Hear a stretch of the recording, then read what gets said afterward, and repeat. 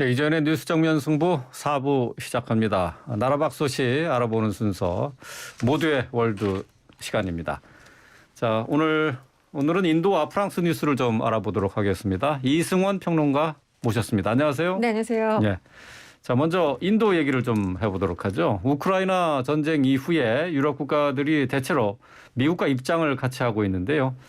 그런데 우방국으로 인식되던 인도가 의외의 행보를 보이고 있다는 지적입니다. 인도가 러시아에 대해서 상당히 우호적인 입장을 취하고 있다고요? 네.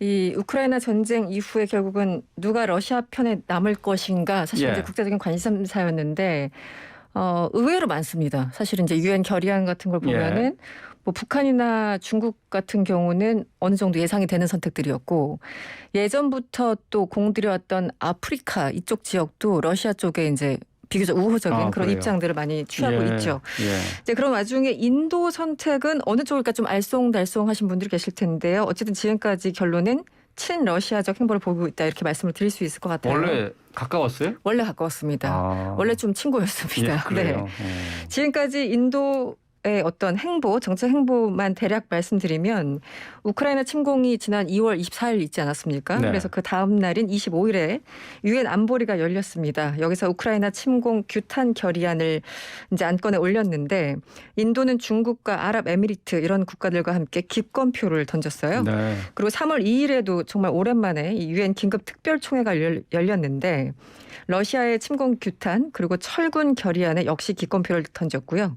그 다음 날 3월 2일에는 쿼드 정상회의가 열렸습니다. 네. 쿼드가 이제 미국, 일본, 호주, 인도 이렇게 네 나라가 하는 거 아니겠습니까? 안보 협의체인데 화상으로 정상회의가 있었는데 러시아란 단어 자체가 아예 들어가지 않았어요. 그 발표문에. 네. 들어간 단어는 우크라이나의 인도적 지원 메커니즘을 구축하자 이렇게 우회해서 표현을 했고요. 네. 러시아란 단어를 언급하지 않았고 러시아 침공 이런 말은 없었다는 얘기네요. 없었죠. 그리고 심지어 침공 대신 충돌이라는 표현으로 좀 완화시켰습니다. 이 모디 총리, 그러니까 인도 모디 총리의 워딩이나 이런 걸 들어보면은 사실상 쿼드를 통해서나 어떤 자리를 통해서나 러시아를 규탄하는 거는 본인은 못하겠다 이런 의지가 강하게 보이고 있고요. 실제 정상회담에서도 그런 입장을 유지하고 있습니다. 뭐 호주 총리와 이제 정상회담했을 때, 그리고 또 지난달 19일이었습니까? 그 당시 이제 일본 기시다 후미오 총리와도 정상회담을 했었는데 여기서 이제 대놓고 러시아 좀 규탄을 하자라고 각각 이렇게 얘기를 했었거든요. 근데 여전히 완강하게 러시아 비판을 못하겠다 이런 입장을 유지하고 있습니다. 그러니까 외교적으로 정치적으로 러시아에 실질적인 도움을 주는 행보를 그렇죠. 연이어가고 있는데 말이죠. 그런데 지금 러시아의 주요 수입원이 지금 원유 수출 아니겠습니까? 그렇습니다. 그래서 각국이 이제 러시아의 원유를 되도록이면은 수입하지 말자 하는 움직임인데 이 지금 인도 같은 경우에는 원유 수입량이 러시아로부터 원유 수입량이 오히려 늘고 있다고요? 네, 늘었습니다. 사실은 이제 가스나 원유 유럽 쪽에서 러시아산을 많이 수입을 해왔지 않습니까? 그래서 이제 그걸 하지 말자 이런 그 어떤 일종의 공감대가 형성돼 있고 가장 뭐 독일, 예민한 독일도 어쩔 수 없이 좀 따라가는 그런 모양새인데 오히려 인도는 반대로 대놓고 수입량을 늘리고 있습니다. 로이터 통신에 따르면 지난 25일 자체 집계 결과 인도의 정유 업체들이 우크라이나 침공 이후에 주문한 러시아산 원유 규모가 4천만 배럴 이상이라고 합니다. 이게 지난 1년 동안 인도가 수입한 것보다 더 많은 거예요.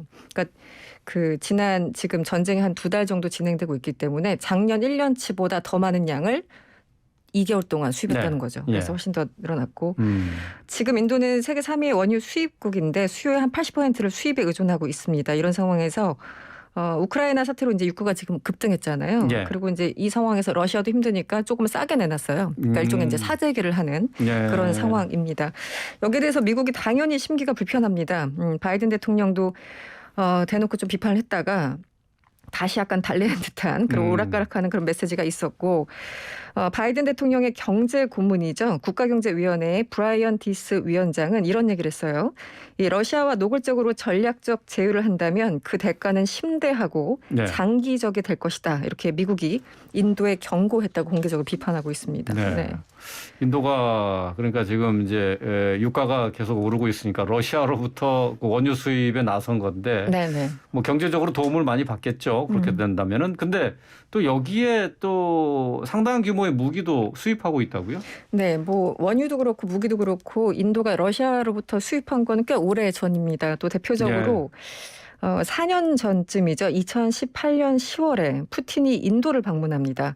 그래서 그때를 계기로 러시아로부터 첨단 방공 도입 중이라고 합니다. 이 수입선을 좀 다변화하긴 했지만 여전히 한 60%는 러시아산이다 이렇게 스스로 이제 방송에 나와서 밝힌 바가 있었거든요. 아, 그래요? 네네.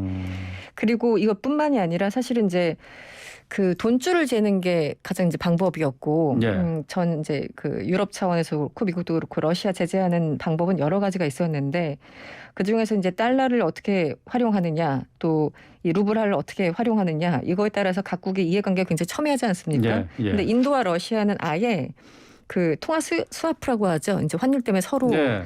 예, 외채를 상대방의 그 돈을 가져왔다가 이제 본인들 그 저금통에 저금하고 있는 그런 개념으로 이해하시면 될 텐데 루피와 루블 스와프를 이미 하고 있는데 그것을 더 확대 중이라고 합니다. 그래요? 네, 굉장히 좀 예민한 문제인데 어떻게 보면 인도가 굉장히 과감하게 외교를 예. 하고 있다고 볼 수도 있겠죠. 예. 네. 그러니까 통화 스와프를 통해서 지금 뭐 러시아 경제가 상당히 어려운데 그렇죠. 뭐 많이 디폴트 도움 위기다. 받겠네요, 그러면. 그렇습니다. 실제 무기도 그렇고 뭐 에너지도 그렇고 계속 수입을 해주는 데다가 뭐 달러 필요 없이 우리끼리 이제 루블하고 루피 또 교환하자 이렇게까지 계약을 하고 있기 때문에 여러 가지로 대놓고 러시아를 도와주고 있는 상황은 맞습니다. 아, 그렇군요. 인도라는 나라가 러시아와 이렇게 가까운 줄은 몰랐습니다.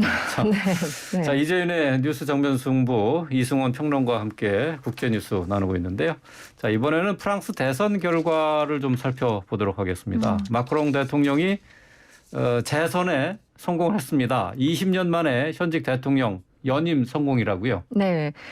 에마뉴엘 마크롱 프랑스 대통령 현지 시간 24일 치러진 대통령 선거 결선 투표에서 이 극우 성향의 마린 르펜 국민연합 후보를 이겨서 연임에 성공했습니다. 이 자크 시라크 대통령 지난 2002년 이후에 20년 만의 일인데요. 마크롱 대통령 득표율은 58.5%였고요. 상대 후보였던 르펜 후보는 꽤 많이 나왔습니다. 41.4%. 예. 네. 그 5년 전에도 두 명이 붙었었거든요. 마크롱 예. 후보와 르펜 후보가 붙었었는데 그때는 양 후보의 그 득표율 격차가 32%가 넘었어요. 그래서 이제 많이 줄었네요, 이번에. 압도적으로 마크롱이 이겼었는데 이번에는 한 17%밖에 안 됩니다. 예, 17% 포인트. 그래서 5년 전에 비해서 절반 가까이 줄었기 때문에 마크롱 입장에서는 이겼지만 찜찜한 그런 선거가 됐습니다. 네. 그래도 뭐 17% 득표율 차면은 낙승이라고 해야 되겠는데요. 뭐 비교적 그렇지만 긴장감이 별로 없었을 것 같아요.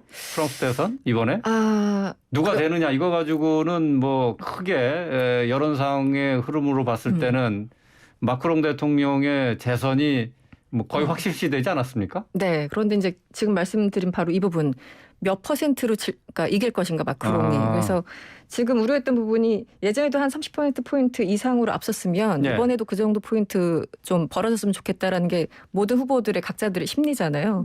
근데 그 격차가 절반으로 줄었기 때문에 마크롱은 찜찜하고 르펜 입장에서는 자화자찬을 했어요. 이 자체로 나는 눈부신 승리를 거뒀다. 이렇게 그래요? 르펜 후보가 얘기를 했기 때문에 왜냐하면 40%를 넘었다라는 거는 국민 중 뭐 10명 중에 4명이 뽑았다는 거잖아요. 네. 극우 후보를. 그렇기 때문에 르펜 후보도 표정이 그렇게 나쁘진 않았습니다. 그래요? 지고도 눈부신 승리라고 얘기를 했군요. 그렇습니다. 네.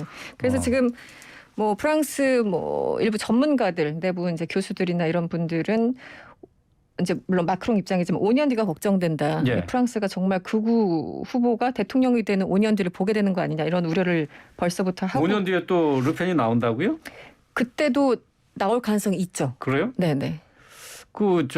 지금 두 번째 지금 대결을 한 건데 이번에 후보로 나온 건 어쨌든 세 번째일 겁니다. 세 번째? 네, 마크롱하고 붙은 건 두 번째인데 뭐 르펜 후보 같은 경우는 아버지부터 대대로 이제 정치를 해온 집안이기 때문에 5년 뒤에도 충분히 나올 수 있는 가능성, 특히 이번에 40%를 넘었기 때문에 더더욱 나오려고 하겠죠. 그런가요? 네.